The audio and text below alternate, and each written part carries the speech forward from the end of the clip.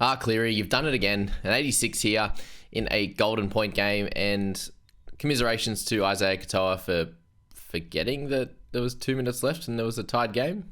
I'm assuming he didn't know the score, but that was a tough one. Should have kicked the field goal there, and he had such a good game too, and unfortunately a brain snap to finish that one off and allowed Cleary to get that 43 metre field goal there to get the 2-pointer to win the game. So congrats to Cleary and his boys. Obviously, first game back in a long time. It was pretty rusty, but did plenty of good things out there as well, and picked up that 86, which was pretty tough for non-owners like myself. Waiting until sort of next week to jump on him with the hamstring risk, with the worries of sort of a job share. But obviously this week, when he wasn't with Luai, that wasn't to be. So a big score from him. That try assist at the start, into his hands, into that nice offload over the top. And running the footy, 148 metres was great. So if he can get that on a weekly basis, he's going to be like a 70 type of guy. The main thing here is just going to be that sort of, is he going to be like a 350 metre type of guy and lose a couple? Is he going to be able to score a try or get try assists on a weekly basis? 5 tackle breaks, 2 offloads, all those types of things there. So incredible effort from him, and along with Hammer, 75 for him. He's playing as good as ever at the back for the Dolphins this year, and you can see that there with a 47.4 average. He's been incredible. He's just doing things. He's got getting space one-on-one and just burning them, and just has too much speed, too much footwork to get past these guys, or to cut through a line of defense. So he's been great. 2 tries for him, a try assist. Shame that they couldn't get that win after having that massive lead, but Hammer was absolutely incredible as well. And mentioned him through the week as a pretty solid option. Obviously, was at that point when we're talking about him, wasn't cleared to back up, but once he was, you had Panthers this week. Definitely didn't expect a 75, but from here on in, a really, really solid pick at a cheaper price, much cheaper than that of the 47 average that they've got him out there. Taruva with the 69 absolutely outdid himself as well. And Fisher Harris has had a really, really good year. He's had to step up in certain times when obviously, their leaders have been out. Isaiah Yo's played some lower minute games, got a resting on the weekend, and not obviously missed games through Origin. So they're the games where he's really stepped up, and a 68 from him, a runner ball 68 was great. Same for Isaiah Katoa as well, 68 for him, one of his best of the season there. Second best? 1 or 2. He had one in round 1 or 2, didn't he? That was great. Dane Laurie, 62. If you jumped on him as a little bit of a pod play, but we did get news over the weekend that Edwards a little bit closer to like 2 to 3 weeks.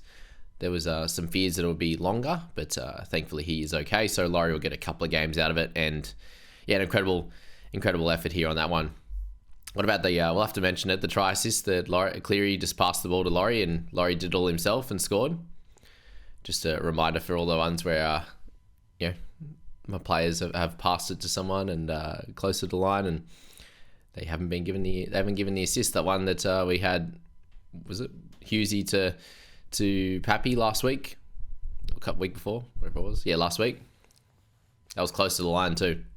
Anyway, it's just interpretation makes this game really hard sometimes, doesn't it? What's the try assist, what's not? And like Isaac Tungo had the tip on in this game, right? As well, he had the tip on, which you'd think would be his try assist because he was the last to touch it, but wasn't to be. So can't work this one out at the moment. How the adjudication is done sometimes, but sometimes it falls my way, sometimes it falls everyone else's way, and I suppose swings and roundabouts, right? Eisenhuth 62, a massive PPM game from him. Bostock was 60. There's a fair few good scores in this one in the end. Plenty in the 58 and above, which was good. Bostock continues to do great things there. He got really cheap, obviously, on return, and he's gone back-to-back really good scores. You got Moses Liotta with a lovely try there as well. Henry with 64 minutes for his 53. Stone was great as well. Unfortunately, taking Plas good position, sadly. Lemuelu, 48 for him in 68 minutes. A much better game on his front. Farnworth with 47. As an owner, you're pretty happy with that. Right on his score. Casey McLean, a really good 43. No negatives, all in base and tackle breaks, which was awesome for a centre. 16 tackles, no misses. He's got a big future there. Wonder if he keeps his spot or not. We will find out. But Felice Kafusi, 42. He's very, very cheap. Obviously, edge, mid, dual. And if he's going to be playing 80 minutes on an edge, you expect this is kind of what he's always scored throughout his career. So 42 there was great. Sorensen 40, not ideal, but basically what he's priced at. Asako 36, he did end up with 2 line breaks, but they're really just not going down that side, and he had 5 missed tackles for a winger, which is pretty gross. So yeah, Bostock side's the way to go at the moment, unfortunately. And he's kind of scoring enough to hang around this price, but not going to move the needle for you, that's for sure. Speaking of blokes not going to move the needle, Maxi Plath. So it gets no run meters these days and is now missing tackles through the middle. So that's beautiful. 45 made, 8 misses, which is his highest of the season, I believe.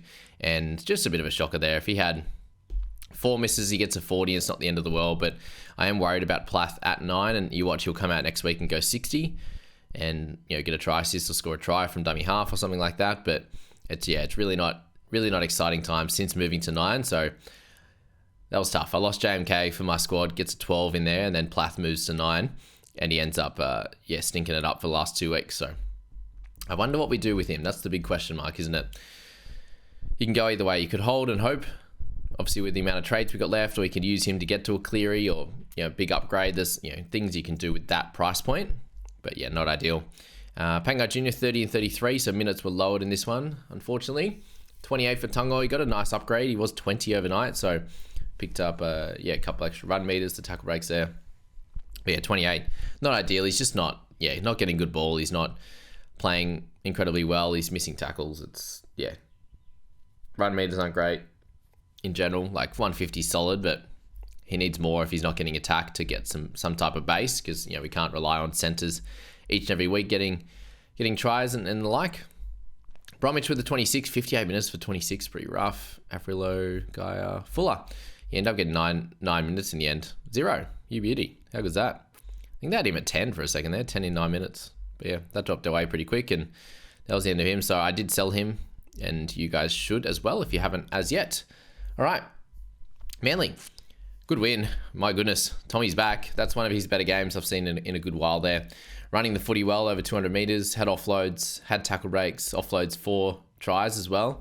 And picked up 2 try savers in that as well. 3 try assists, 2 tries. 3 line break assists and a line break there. So a cracking effort for Tom. And the highest score in a long time for him. This year he hasn't been able to really explode. And he does like playing against the Titans. He had a couple of tries early in the game a couple of months ago against the Titans. And he's really shown his worth and his ability to bring this Eagles team into hopefully that top 8 clearly and get closer to a home final, which would be great for him if that's possible.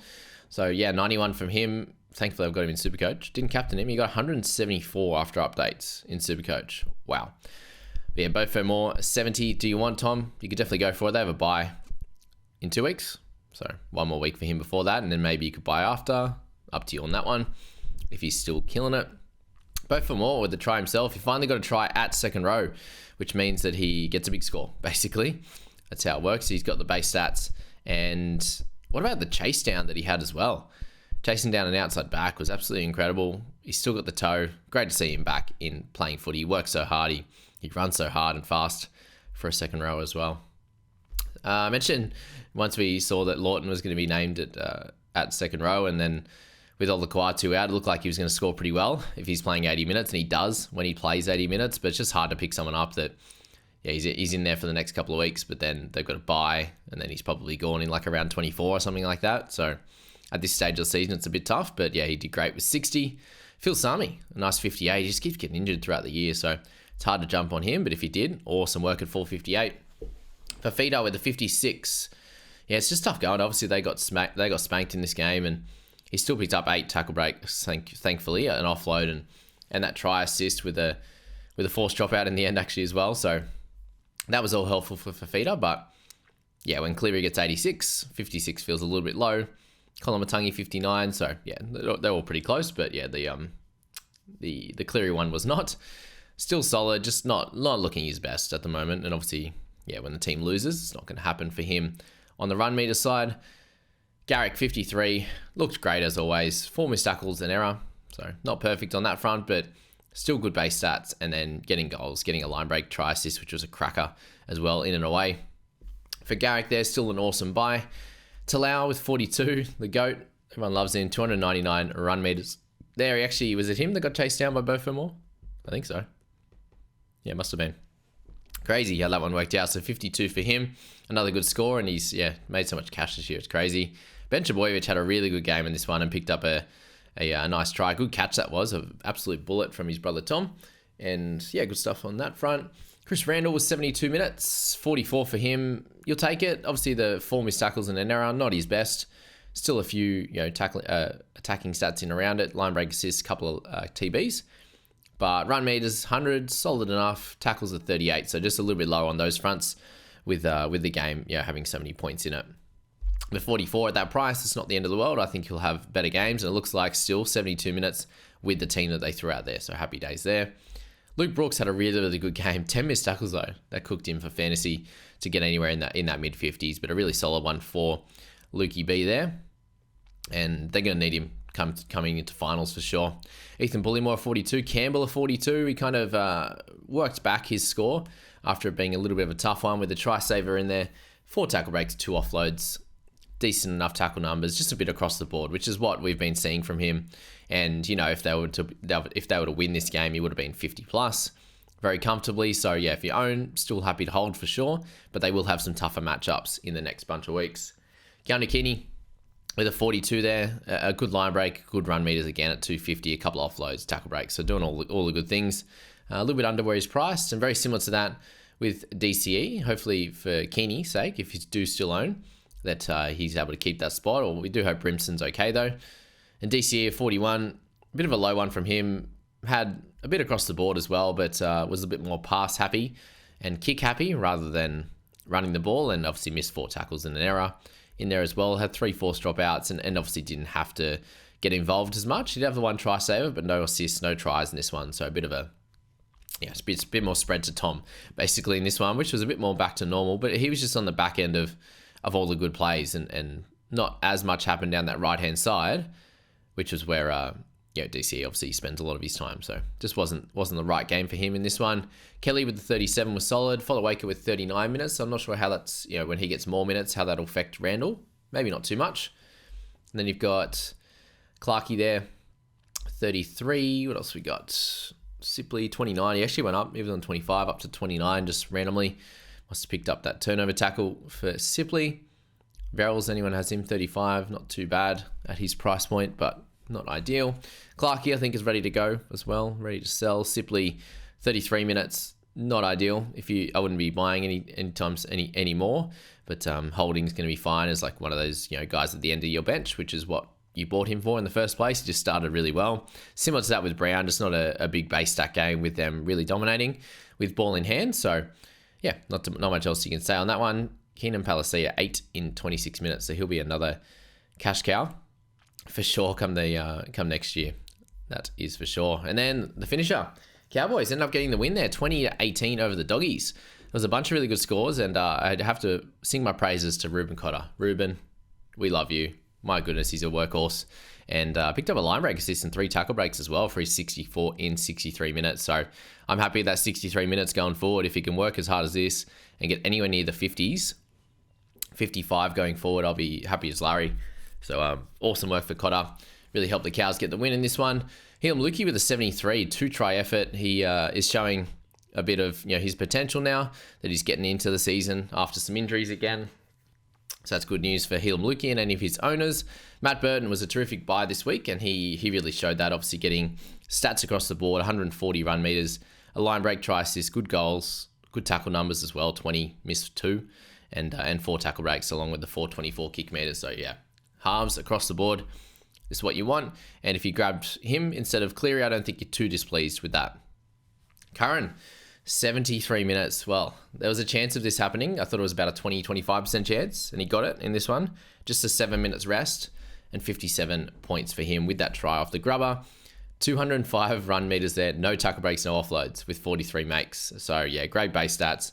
A few negatives, but when you're in and around the ball that much, it is going to happen. So good stuff for him. If you bought him, very, very happy with that. I wish I did instead of Watson. Kiraz, 50.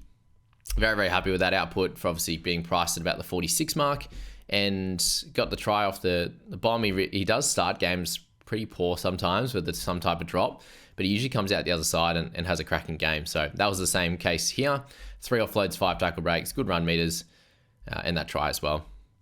For the 50, what an awesome try assist that was for Dearden, making that line break try assist for the win in this game. So he is an Origin gun, isn't he? Very, very impressed by him. Preston with a 47 in 68 minutes, a decent welcome back. He dropped the ball closer to the line too. He ran a good line and unfortunately dropped it and probably would have scored. So expect him to come back with some good efforts in the near future. Robson with a 43, really, really solid as well. Helped the Cows win. Got that line break in there as well. Tackle numbers a little bit low, but he did, play Origin 60 odd minutes the other night into 80 minutes here. So just happy for him backing up. Reid Marnie, 43. Wasn't his best game there. Didn't get to run the footy or kick the footy there at all. Just the one kick meter, I should say. 2 turnover tackles still in that one. Just 43 tackles for 3 misses. Not too much else happening for him, unfortunately. And it's just one of those games. He'll be back with a 50-odd next week. Nanai with a 43. Just seems so strong, doesn't he? There's still 6 missed tackles, obviously up against Burton and the like. It's a tough assignment. Bailey Hayward, the second or third best cash cow of the week. Cash cow, 43 in 46. Got a line break. Almost should have got the try as well. That was sad. Drinkwater should have got a try saver turnover tackle for that one. And unfortunately, one of the boys came over with foul play and he loses 10 points there or 9 points, whatever it was. Like, disgusting. And speaking of try assist, Cleary gets one for just passing it to Laurie, which, he did all the work himself. Every single kick that comes down and someone drops it goes into someone's hands and they score, gets given an assist by the kicker. Why in this case was it not? Was it because it was like 15 meters out instead of like right on the line? The kick caused the drop, which caused the try. That's the assist. I don't know. That seemed really weird to me that was the case, but still 39 in the end. A good little update, thankfully, for Drinkwater. Good kick meters as well. 175. I wish it was an extra 5. That 40 looks a little bit nicer than a 39, but he was solid enough, hoping for more, obviously. He's priced around the 45 mark, so it's not the end of the world, but would have liked a little bit more. As always, we are very greedy humans in fantasy, that's for sure. Val Holmes with a 30. Just, had a rough second half of the year, hasn't he, fantasy and Supercoach-wise, unfortunately. Tracy, 26. Kick out, 26. He had a tough game, didn't he? Just getting bulldozed a bit and battered around and lots of injuries. Great to see Crichton get up after his burner as well. That wasn't nice. Bronson Cherry with the 23. Violea, I thought he had a really, really good running game. He looked really, really strong. The first time I've kind of seen him really explode and come out of the blocks and show his stuff. And then Crichton, I was mentioning him as a potential guy that could come out and have some keeper status, but he just had that one flash in the pan game where it's like, this guy's just too big, too strong. How is he not scoring 45 every week? And he hasn't done that since. So there you go. That's that one, guys. I will get into the 5 things I learned when I get home from work in a bunch of hours. So thanks so much for being here for this one.